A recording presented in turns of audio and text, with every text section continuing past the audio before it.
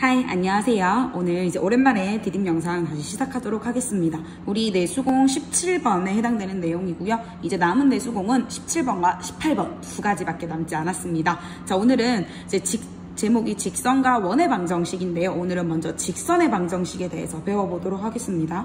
1학년 때 배운 적이 있어요. 직선의 방정식은, 자, 직선의 방정식이라고 하는 것은 뭐만 있으면 구할 수 있어요. 그렇지. 지나는 한 점과 그 직선에 무엇? 그렇지. 기울기가 있으면 우리는 이 방정식을 쉽게 구할 수 있어요. 자, 그런데 이게 왜 하필 이 벡터라는 단원에서 나오게 되었느냐? 바로 이 기울기가 이 벡터와 관련이 있기 때문입니다. 어떻게 관련이 있는지 한번 아래쪽에서 가보도록 하겠습니다.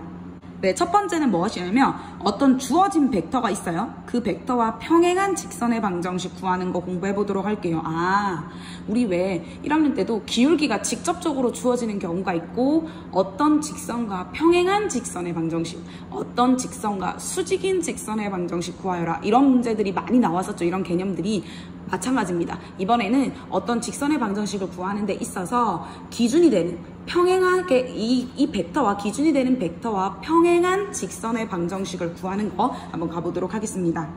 자, 별거 없습니다. 뭐냐면 벡터가 평행하다는 것 자체의 의미를 조금 생각하면 좋을 것 같은데요. 얘들아, 벡터가 평행해. 자, 평행하다, 벡터가 평행하다라는 의미는 어떤 의미를 가지고 있죠? 그렇죠. 한 벡터가 다른 벡터의 무엇이다? 그렇지, 실수배다. K는 실수죠. 뭐 K라고 표현하기도 하고요. 또는 실수 T라고 표현하기도 하고, 어쨌든 실수배다라고 표현이 되는 건데요. 자, 가볼게요. 어떤 내가 구하고자 하는 직선 L이 있고요. 얘가 A라는 점을 지납니다. 자, 그랬을 때 이 직선 위에 임의의 점을 P라고 했을 때 우리는 두 점이 있으면 이렇게 벡터를 만들 수 있죠. 이 AP라는 벡터가 U라고 주어진 이 벡터와 평행하대요. 그러면 우리는 AP 벡터는 U 벡터의 실수 벡터, TU 벡터를 만족하는 실수 T가 존재한다 라고 얘기할 수 있겠죠.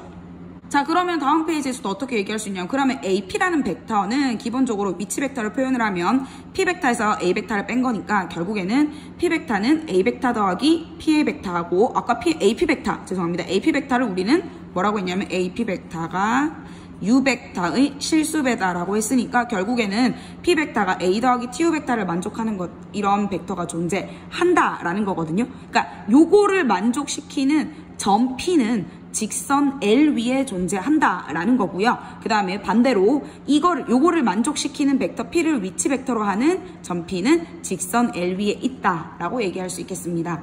자, 그런데 여기서 계속 나오는 이 U 벡터라는 것이 중요한데요. 얘가 이름이 있습니다. 이름 있는 벡터는 당연히 중요하죠. 특정 이름이 붙은 거. 위치 벡터, 영 벡터, 뭐 이런 것들이 중요한데요. 요거는 뭐냐면 어떤 벡터와 평행한, 자, 볼게요. 직선 L과 평행한 벡터 U를 우리는 이 직선 L의 방향 벡터라고 합니다. 결국에는 그러니까 이 벡터랑 평행한 직선은 무수히 많은데 그 중에서도 이 점을 지나는 직선 이렇게 하나가 만들어지겠죠. 결국에는 이 방향 벡터가 결국에 어떤 역할을 하냐면 기울기 역할을 해준다라고 생각하면 편할 것 같아요. 어느 방향으로 가는지에 따라서 결국 달라지는 것은 이 직선의, 그렇지, 기울기가 되니까 결국 이 방향 벡터는 직선이 얼마만큼 기울어져 있느냐, 1학년 때 배웠던 기울기 역할을 해준다라고 생각하면 되겠습니다. 이제부터 계속 어떤 벡터를 벡터로 표현하는 것 플러스 거기에다가 벡터를 성분으로 표현하는 것까지 우리가 공부를 해야 되는데요. 자, 그럼 볼게. 예를 들어서 A 벡터가 있고요. 근데 A 벡터를 x1, y1, 방향 벡터 U를 A, B, 그 다음에 내가 보통 구하고자 하는 점을 x, y 이렇게 두게 됩니다. 자, 그러면 얘는 어떤 걸 의미하냐면 x1, y1이라는 점을 지나면서 U 벡터의 평행한 직선 L의 방정식을 구할 거거든요. 자, 그런데 잘 보면, 자, 이 P, 요 점이라고 하는 것은 뭐냐면, 아까 뭐라고 했어요? P 벡터는, 그렇지, A 벡터에다가 U 벡터의 T배를 더한 거죠. 그러니까 A 벡터의 성분 x1, y1에다가 요거 U 벡터의 성분 A, B의 T배한 거다. 그러면 우리는 x1, y, x, y를 요렇게 표현할 수가 있습니다. 그 다음에 요 아래쪽에 나오는 과정이 굉장히 중요한데 이게 나중에 우리가 미적분이나 뭐 수원수투 배울 때도 되게 중요한데 매개변수라는 걸 이용을 해서 나타내는 건데 지금 보면 얘를 실수 t라는 어떤 새로운 x, y가 아닌 새로운 변수가 하나 등장을 했죠. 그런데 우리는 이 식을 직선의 방정식을 t를 이용해서 새롭게 표현을 해보는 겁니다. 그러면 자 x는 x1 더하기 at, y는 y1 더하기 bt인데 여기다가 전부 다 어떻게 하냐면 t는 이라고 표현을 해볼게요. 그러면 t는 넘기고 a로 나눠주고 t는 넘기고 b로 나눠주며 이 t끼리 서로 똑같은 거잖아. 그럼 결국에 어떤 식을 얻을 수 있냐면 a분의 x-x1은 b분의 y-y1 꼴로 표현할 수 있고요. 이게 결국에는 어떤 직선이냐면 x1, y1을 지나고 그 다음에 얘가 의미하는 것은 뭐였어요? 그렇지. 방향 벡터가 a, b, 즉 무슨 말이야? 이 방향 벡터 a, b에 평행하면서 x1, y1을 지나는 직선의 방정식을 우리는 이렇게 분수 형태로 표현할 수 있다라는 겁니다. 정리하도록 할게요. 자, 그래서 한 점과 방향 벡터가 주어지면 우리는 직선의 방정식을 만들 수 있는데 그게 어떻게 만들어지느냐? 점 x1, y1 벡터 a, b에 평행하다면 그 직선이 a분의 x-x1은 b분의 y-y1이다 라고 정리할 수가 있겠습니다. 당연히 분모에 들어가는 a, b는 0이 아니어야겠죠. 그럼 0일 때는 어떻게 될까 한번 짚고 넘어가도록 할게요. 만약에 a, b 중에 하나가 0이라면 이거 한번 볼게요. 만약에 a가 0이라면 얘는 x는 얘가 0이라면 x는 x1이라고 쓸 수 있겠죠. 그죠? 그 다음에 y는 뭐든 다 되는 거야. y는 y1 더하기 bt 이런 형태로 가고요. 그럼 만약에 이제 b가 0이라면 이번에는 뭐가 돼요? 이게 0이면 y가 y1이다. 이렇게 표현이 됩니다. 그리고 x는 뭐든 다 되는 거예요. x1 더하기 at 위에 있는 모든 점들이 다 되는 거죠. 자, 얘를 정리하면 어떻게 되냐? 다음 페이지에서 한번 볼게요. 그래서 이렇게 생각할 수가 있겠네요. x는 x1이다 라는 것의 의미는 뭐야? 그리고 y는 뭐든지 다 된다라는 것은 그렇지. x축의 수직인, 즉 y축의 평행한 이런 직선. y는 y1이다 라고 하는 것은 뭐예요? 그렇지. x축의 평행한 y축의 수직인 이런 직선이 되게 되겠죠.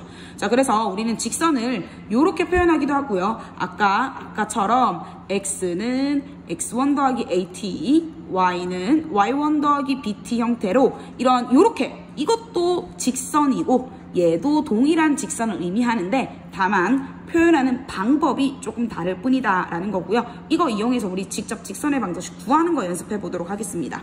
아주 간단합니다. 문제 진짜 어렵지 않아요. 여러분들 충분히 하실 수 있어요. 항상 이렇게 점이 주어지고요. 방향 벡터가 주어집니다. 5,3을 지나고 여기에 평행하대요. 그럼 뭐야? 방향 벡터가 이거래. 그러면 2분의 x-5는 마이너스 1분의 y-3 이렇게 적어주면 하면 돼요. 선생님 이거 간단하게 이렇게 해야 돼요? 아니요, 그러실 필요 없어요. 이거를 사실은 이렇게 곱하면 마이너스 x 더하기 5는 2y-6이죠. 이거는 우리가 고등학교 1학년 때 배웠던 직선의 방정식 표현 방법이고 방향 벡터를 이용한 직선의 방정식은 이런 형태로 그냥 가만히 두시면 됩니다.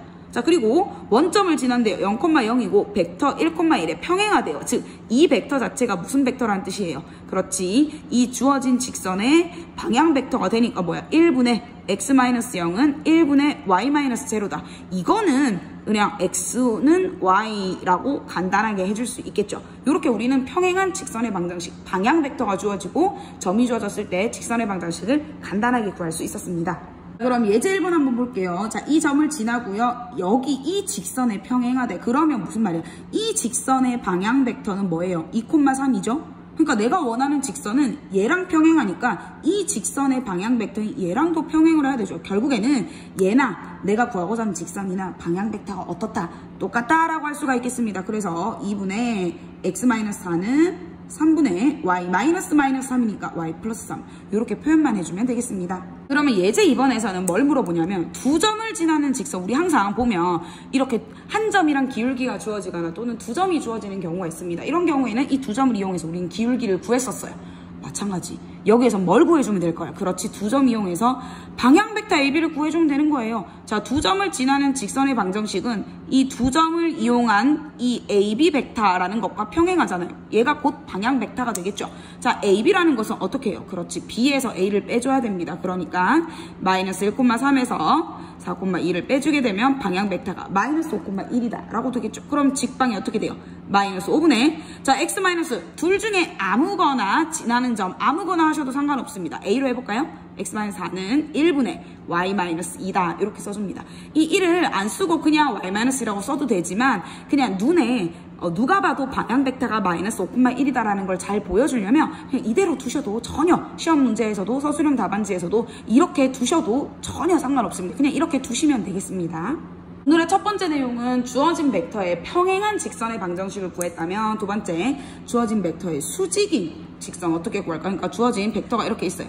벡터가 이렇게 있으면 얘랑 수직인 이런 직선의 방정식은 어떻게 구할 수 있을 것인가? 아까 했던 거는 이 벡터가 이렇게 있을 때 얘랑 평행한 직선 구하는 거 했다면 이번에는 수직인 거 구하는 거 한번 해보도록 하겠습니다. 자, 이제 이 벡터 단원에서 수직 90도 나오면 무조건 떠올려야 되는 게 바로 뭐다? 그렇지. 내적하면 0이다 라는 거 떠올리시면 모든 게 다 해결이 되게 됩니다. 그러면 자 이렇게 n이라는 벡터가 있거든요. 주로 여기서는 n이라고 표현을 많이 합니다. 방향 벡터는 u로 많이 표현을 하고요. n이라는 벡터랑 이 l이라는 직선이랑 수직이잖아. 그런데 이 l이라는 직선을 나타내는 것은 결국에는 이 a라는 점과 p라는 점을 이은 요 벡터 AP가 되겠죠. 결국에는 AP랑 N이랑 내적하면 0이다 라고 둘 수 있겠죠. 근데 AP 벡터는 위치 벡터로 표현하면 P-A 벡터라고 둘 수 있고 요거 두 개 내적하면 0이다 라고 둘 수가 있겠죠. 자, 요거를 만족하면 이 점 P는 이 직선 L 위에 있다 라고 하고요. L 위에 있는 직선 P는 항상 요런 걸 만족한다 라고 할 수 있습니다. 이때 또 중요한 거 이름이죠. 이때 이 N 벡터를 우리는 주어진 직선의 법선 벡터라고 합니다. 법선이라는 것 자체가 되게 낯선 뜻인데요. 법선의 뜻 자체가, 한자 뜻 자체가 수직인 선이다 라고 생각하면 훨씬 더 받아들이기 쉬울 거예요. 자, 그래서 우리는 법선 벡터 N 이용해서 직선의 방정식 구하는 거 한번 해보도록 할게요. 자, 문제 풀기 전에 성분으로 이용해서 한번 가보도록 할게. 자, A라는 벡터 x1, x1, y1. 그러니까 내가 지금 A점 x1, y1을 지나면서 A, B라는 이 법선 벡터 N의 수직인 직선 L을 구하는 과정입니다. 그러면 A, B란 이 벡터, 요 법선 벡터와 그 다음에 내가 구하고자 하는 무슨 벡터? AP 벡터를 내적하면 0이 돼야 되죠? 자, 우리 성분 이렇게 있을 때 내적하는 방법. X 성분끼리 곱하고 더하기 Y 성분끼리 곱하기 되면 뭐가 돼요? 그렇지. A 곱하기 X-X1 더하기 B 곱하기 Y-Y1은 뭐가 돼요? 0이다 라고 두면 이게 바로 직선의 방정식입니다. 보면 직선의 방정식이 별거 없어. AX 더하기 BY 더하기 C는 0의 형태, XY에 대한 1차 방정식 형태로 나타나는 거죠. 그 직선의 방정식이 만들어집니다. 자, 정리하게 되면 뭐가 되냐? 자, 주어진 어떤 점 하나를 지나고 N이라는 법선 벡터가 있습니다. 이 벡터의 수직인 직선은 뭐가 된다? A, 가로 열고 X-X1 더하기 B의 Y-Y1은 제로다. 결국에는 이 A와 B, 즉 법선 벡터의 성분이 X와 Y의 뭐가 돼요? 그렇지. 법선 벡터의 성분이 X, Y의 개수가 되는 형태로 직선의 방정식 만들어주시면 되겠습니다. 자, 그러면 이어서 문제 4번 한번 가보도록 할게요. 간단합니다. 자, 볼게요. 3,-1을 지나고 법선 벡터가 이거래. 그러면 어떻게 마이너스 1 하고 지나는 점 x-3 더하기 2배의 요 성분이 여기 앞에 와줘야 돼요. 그 다음에 지나는 점 y 플러스 2는 제로다. 이렇게 두셔도 되긴 하지만 얘는 우리가 이렇게 전개를 해서 이렇게 해주면 좋을 것 같아요. 마이너스 x 더하기 2y 더하기 7은 0이다. 이렇게 두면 더 좋겠죠.